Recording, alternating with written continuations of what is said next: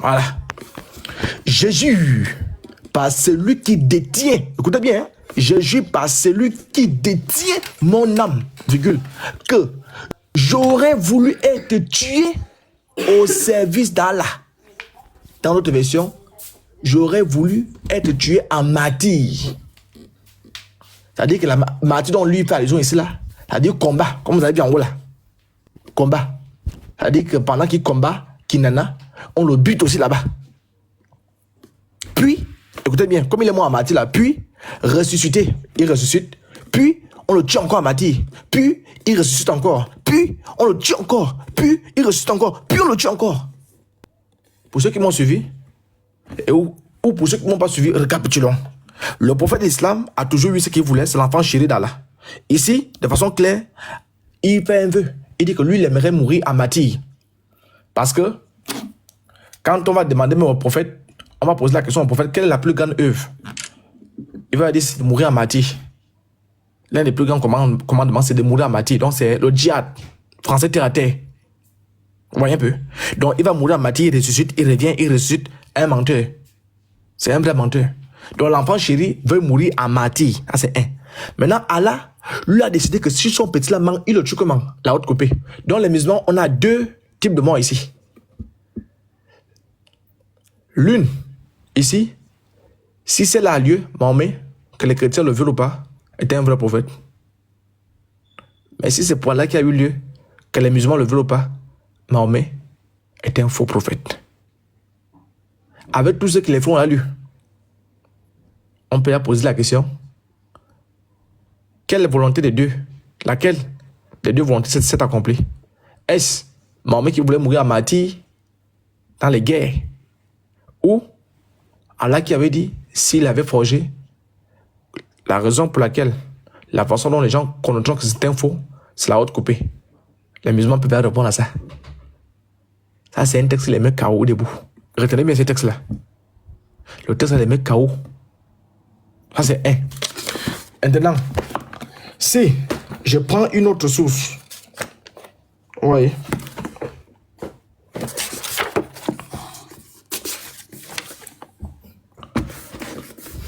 Un juif, je suis le Sahih Bukhari, l'Hadith, toujours le tome 2 là, hein, je crois. Oui, tome 2. L'Hadith 2617. Une juive apporta au prophète de la viande de mouton empoisonnée. Il en mangea, on convoqua la femme, elle reconnut le fait. Nous ordonnes-tu de la tuer? Lui demanda-t-on. Non, répondit le prophète, parce que là, personne n'est mort. Donc il n'y a pas de contradiction. Personne n'est mort ici. Mais quand Biche va mourir, là, il va demander qu'on la tue. Anas dit, je n'ai cessé de remarquer l'effet du poison. Oui, le poison a déjà effet sur lui. Alors que le poison n'est même pas censé avoir effet. Parce qu'il dit, dans le musulman, qu'Allah ne va jamais accorder ça. Sur la luette, ouais, le poison a effet sur la luette. Et tous les organes de la bouche du prophète. Donc toute la bouche du prophète était pourrie. Pourri après avoir mangé. Donc on constate l'effet du poison. Le poison a son effet ici. Alors je prends encore une autre source. Voilà. Les frères, ils ont tout donné. Hein? Ils ont donné tout ça. Hein? Voilà. Je vais prendre une autre source ici.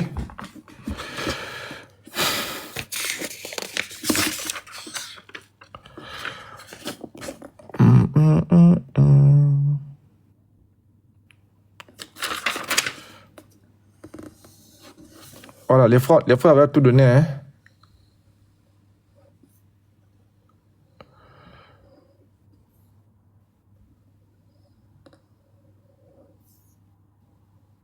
Voilà, toujours sur les cuisses d'Aïcha.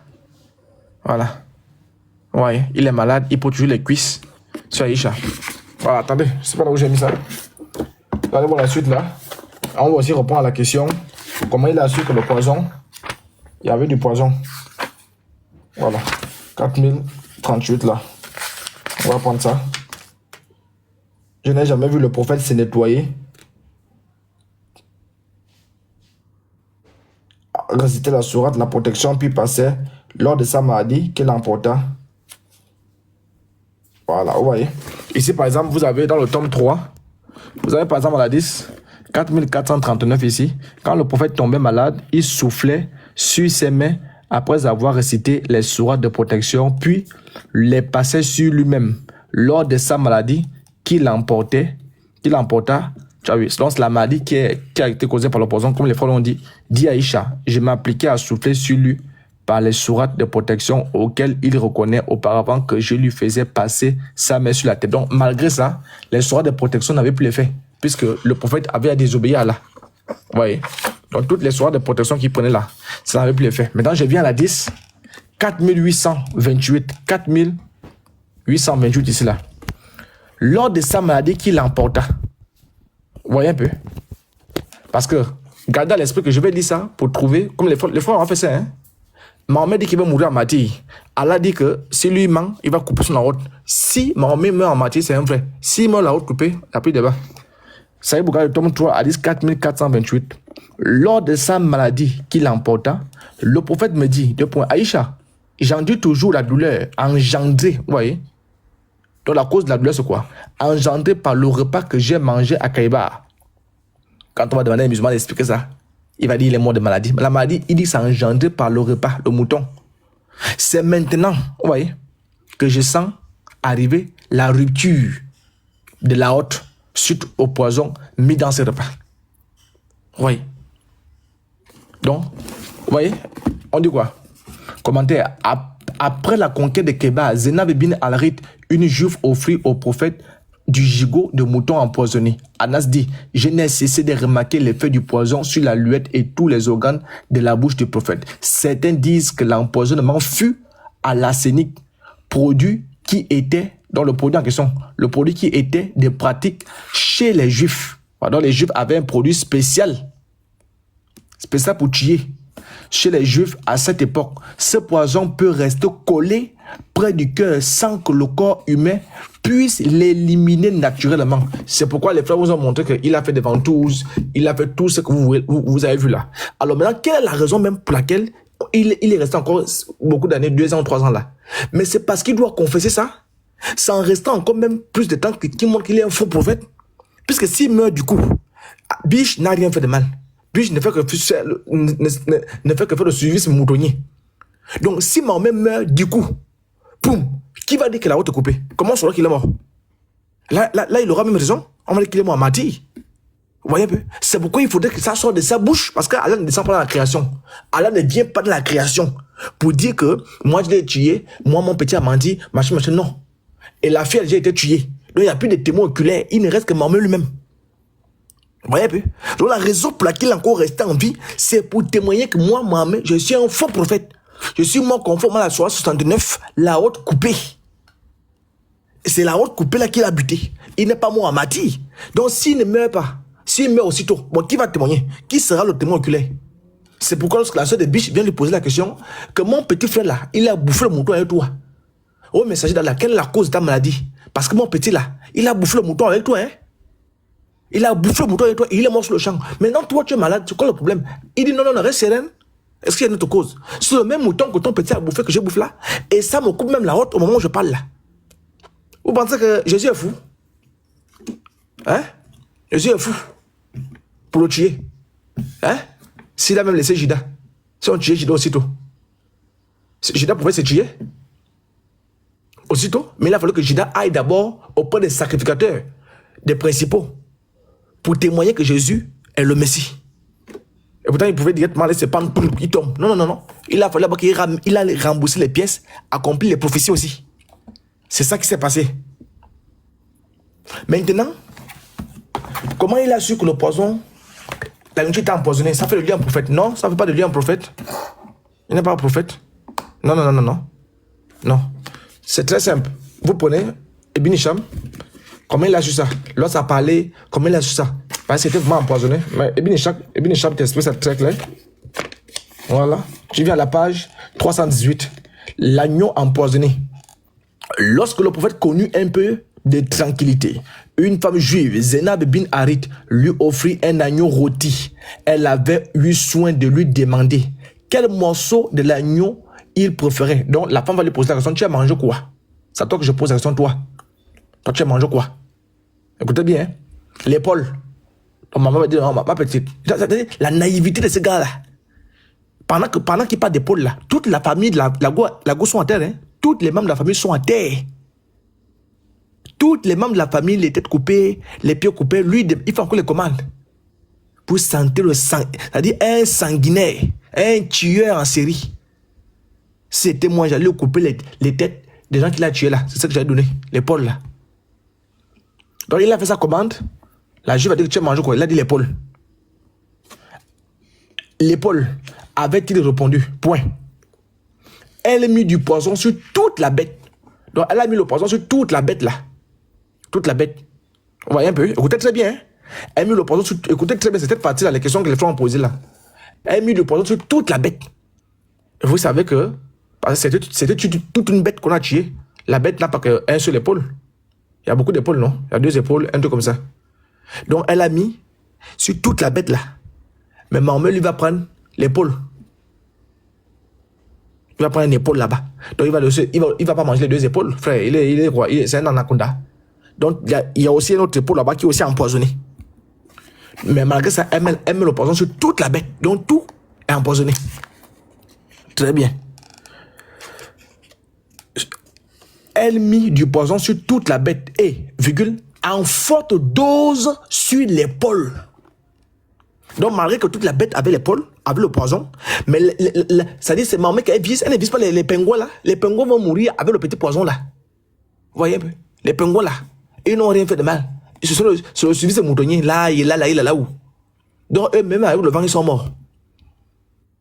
Mais à partir de Mahomet là, elle va bombarder. C'est-à-dire au point où il est même faux, parce qu'il ne devait même pas manger. Rien qu'un humain déjà, il pouvait se dire non, là c'est la portion, c'est là. Donc il y avait tellement de doses. Vous voyez, par exemple, quand tu mets beaucoup d'aromagie, on finit par ressentir l'aromagie. C'est quand tu mets beaucoup de piment. Si tu mets beaucoup de piment, on finit par ressentir qu'il y a trop de piment ici. Parce qu'il y a des nourritures, quand tu prépares, tu dis qu'il y a le piment, tu dis, hey, il y a le piment ici là. Oui, il y a le piment à l'intérieur. Mais je ne sens pas ça. Mais c'est parce que c'est pas dosé. C'est ce qu'elle a fait. Parce qu'elle voulait le tuer en gros. Parce qu'elle avait un objectif que le poison là n'a jamais raté. C'est qu'il est sûr, il va aller mourir ailleurs. Mais ça doit le tuer mais après 1000 ans. C'est pourquoi elle dose. Et le dosage qu'elle a mis là, parce qu'elle est consciente que Mahomet c'est pas n'importe qui, Mahomet c'était un général. Donc il va faire les ventouses, il va aller à l'hôpital, il va faire les histoires là. Donc tellement que la dose est grande, les ventouses vont enlever la petite portion là. Donc imaginez-vous un temps soit peu, parce qu'on dit que le poison sortant avec les, comment on appelle, avec le sang, quand il toussait et qu'on sort. Vous voyez un peu? Imaginez-vous un peu que la petite dose qu'elle avait mise là, ça sortait avec le sang, il serait pas mort? Donc elle a tellement mis des doses que, comme je l'ai lu là en Bukhari, c'est collé au cœur, ça ne peut pas partir. C'est les petits trucs sur la luette là. C'est collé au cœur, ça ne peut pas partir. La luette là, qu'il avait simplement. C'est les petits trucs sur la luette là. Vous voyez un peu? C'est un peu ça. Hein? Faut te mytho, non frère. Oh. Donc, et quand vous lisez encore le texte, Biche aussi va manger aussi l'épaule. Lui aussi va mourir maintenant. Lui aussi va manger, comme il avait 2 épaules là, lui aussi va me prendre la partie d'épaule parce que lui aussi va copier le prophète. Mais l'épaule que le prophète a mangé là, c'était en poutoulou. Ce qui fait que quand il met dans la bouche, ça, le Dieu est déjà là. Donc automatiquement, il crée une fausse révélation en disant que l'os m'a dit c'est empoisonné. Biche, quand vous lisez la suite, dans Sahih Bukhari, on a passé le temps, Biche lui dit même que avant même que le prophète ne parle là, lui-même il savait que c'était empoisonné. Donc Biche c'est le vrai prophète. Mais Biche ne voulait pas cracher, sinon il va déshonorer le prophète. Vous voyez un peu? Biche dit au prophète, avant même ça, que vous mangez là, moi je savais que c'était empoisonné, mais comme pour ne pas vous déshonorer, je ne pouvais pas cracher. Donc le suivisme moutonnier, Biche est mort à cause du suivisme. Il avait l'occasion de s'échapper. Donc c'est comme ça que le prophète va recracher le morceau.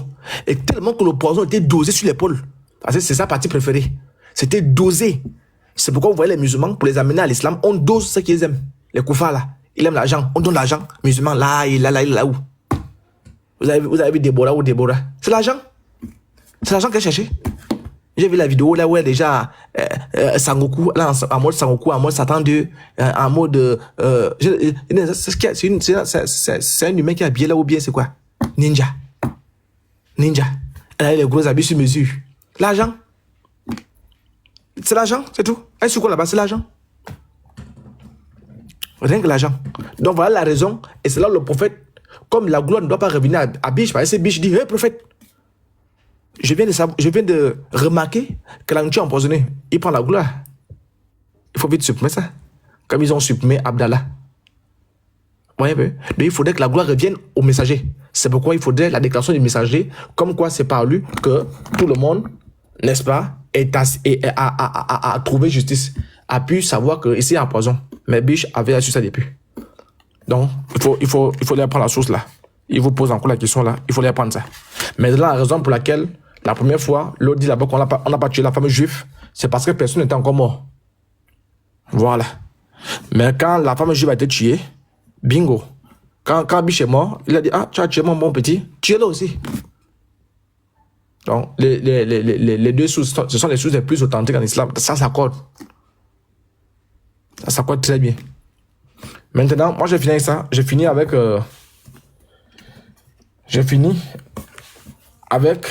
une autre sourate. Après, je laisse la parole au frère. Une autre sourate pour montrer aussi que Mahomet était un faux prophète. Là, je vais aborder un autre aspect.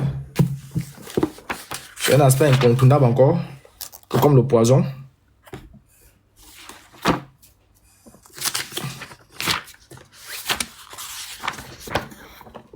Voilà. Un aspect incontournable, tout comme le poison, hein. Aïe, aïe, aïe, tu vas te casser même l'affaire. C'est rien. Avec ça qu'on a mis ici, mais la cacao. Chaya Robert. Cacao debout. Il n'arrive plus à bouger. Donc les frères, vous avez compris, avec ce que les frères ont bien expliqué ça là. Le frère de Lévite. Ils ont bien expliqué ça. Avec Israël, Yeshua. C'était propre. Comme les petits là sont malhonnêtes. Laissez-moi jusqu'à que temps. Je retrouve vite ça.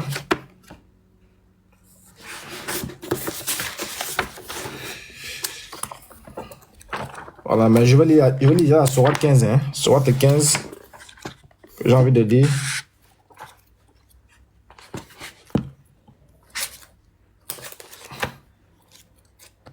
Sourate 15, verset 97. Hein. Verset 42. Voilà, très bien, j'ai trouvé.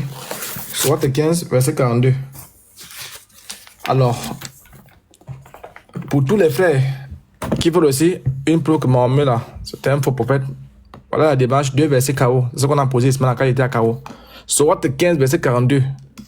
Quelle est la file, hein? Sourate 15, verset 42. Voilà ce que ça dit. Sur mes serviteurs, parce qu'Allah a beaucoup de serviteurs, d'après eux, Issa, Moussa, Mahomet.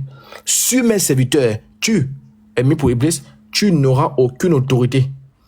Donc, excepté sur celui qui te suivra parmi les dévoyés. Donc, sur mes serviteurs, première partie, sur les serviteurs, ceux qui confessent qu'Allah est Dieu là, tu n'auras aucune autorité. Ça veut dire que le diable, l'autorité du diable, c'est la magie. Par exemple, là, la gloire a dit quoi? Allah, maman a dit quoi? Allah ne te permettra pas ça. C'est-à-dire le poison que tu m'as donné là. Comme tu veux que je meure suite au poison, Allah ne va jamais permettre. Mais c'était mal connaître Allah. Donc vous voyez que Satan a eu autorité sur Allah. Donc vous pouvez prendre la même sourate là et plaquer Isaïe Boukhari et toutes les sources que les frères vous ont données pour montrer que là encore, Satan a eu raison sur lui. Parce que la magie, c'est l'œuvre du diable. C'est les pensées sataniques. L'empoisonnement et consort. Vous voyez un peu. Maintenant, sur mes serviteurs, tu n'auras aucune autorité. L'autorité, c'est la magie.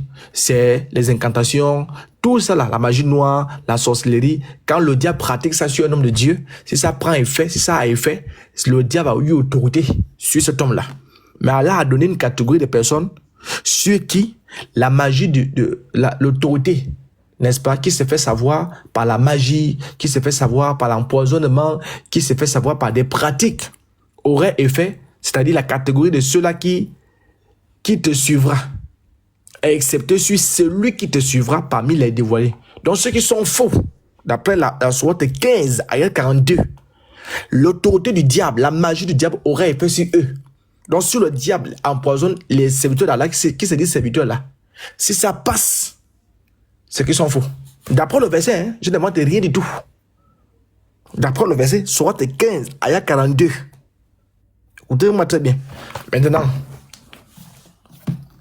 donc on prend le tome 2, toujours de Boukhari. C'est là où le débat est fini aussi. C'est sur la page 1082. Voilà. Je suis à la 10. 3269. Vous retrouvez ça aussi dans 3175, 5563. Alors, le diable n'aura pas d'autorité. La magie du diable ne peut pas avoir effet. Tout ce que le diable fait ne peut pas avoir effet sur les vrais serviteurs d'Allah. Sauf les faux. Mais comme pour les musulmans, Mahomet est vrai.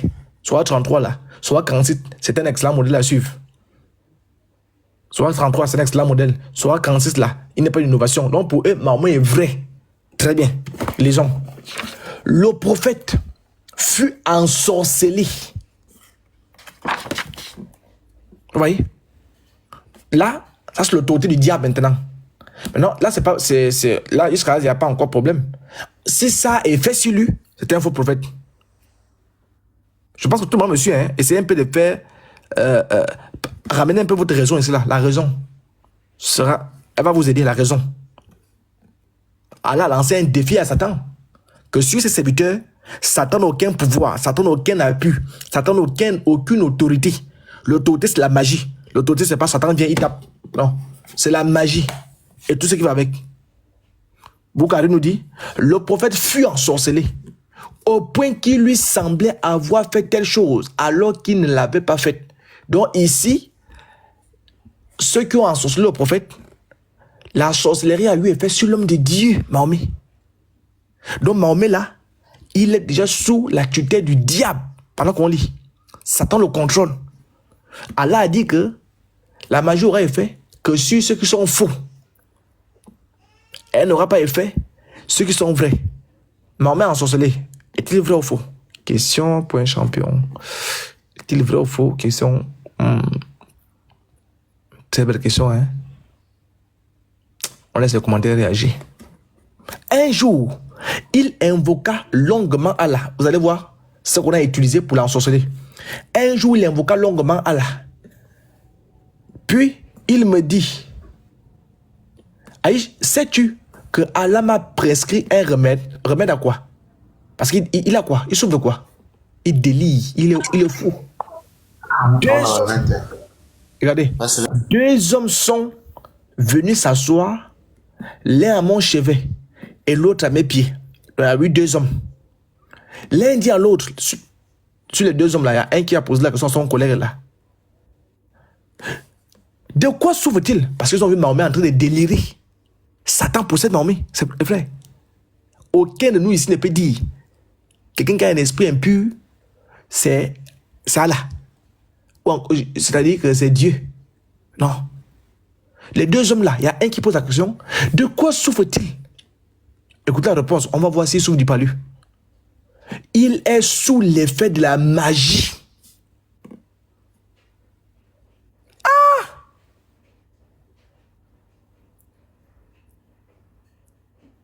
Il est sous l'effet de la magie. Les frères, il est sous l'effet. C'est-à-dire, il est sous la tutelle, sous le commandement. Il est tenu par la magie. Et qui est le père de la magie? D'après le Coran, c'est le diable.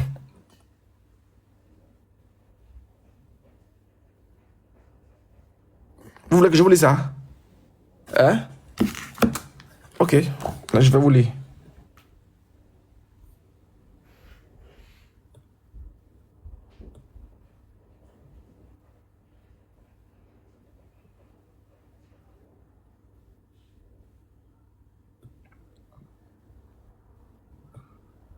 Là, je vais vous lire ça. Je pense que c'est la sourate 2. Voilà. Sourate 2. Très bien, j'avais noté ça. Sourate 2. Écoutez-moi très bien. Hein? Sourate 2, la sourate Al-Baqarah, ayat 102. Et ils suivent ce que les diables racontent contre le règne de Salomon. Donc les gens suivent ce que les diables racontent contre le règne de Salomon. Point. Or, Salomon n'a jamais été mécréant. Vous comprenez? Virgule. Mais ce sont les diables. Les frères mutés aussi, non? On va aller vite, non? Oh, Salomon n'a jamais été mécréant, virgule, mais, écoutez bien, mais ce sont les diables qui ont mécru, virgule, enseignant, qui enseigne? Les diables en question, enseignant aux gens la magie. Quelqu'un va ceci? Retenez bien les choses que je vous donne là. Hein? De quoi souffre-t-il? De quoi souffre-t-il? Il est sous l'effet de la magie. Qui inspire la magie? Soit 2, ayat 102. Et ils suivent ce que les diables rencontrent. Qu'est-ce que les diables rencontrent? Contre le règne de Salomon, point.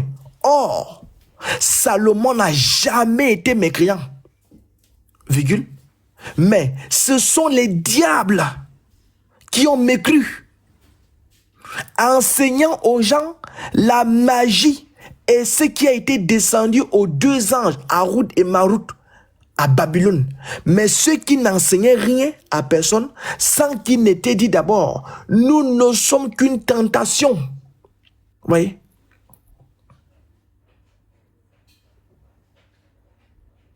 Nous ne sommes qu'une tentation. Ne sois pas mécréant. Ils apprenaient auprès d'eux ce qui sème la désunion entre l'homme et son épouse. Mais ils ne pouvaient par cela nuire à personne sans la permission d'Allah. Et ils apprenaient ce qui leur nuisait et ne leur profitait pas.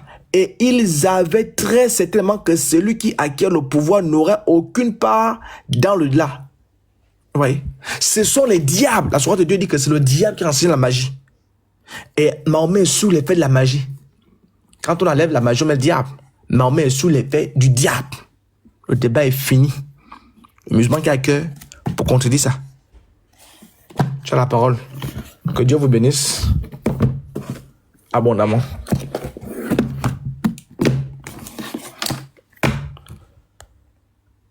Sois béni, l'apôtre, pour ce brillant exposé.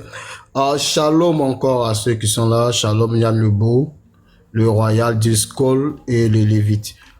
Yann Lebeau, bonjour. Vous venez de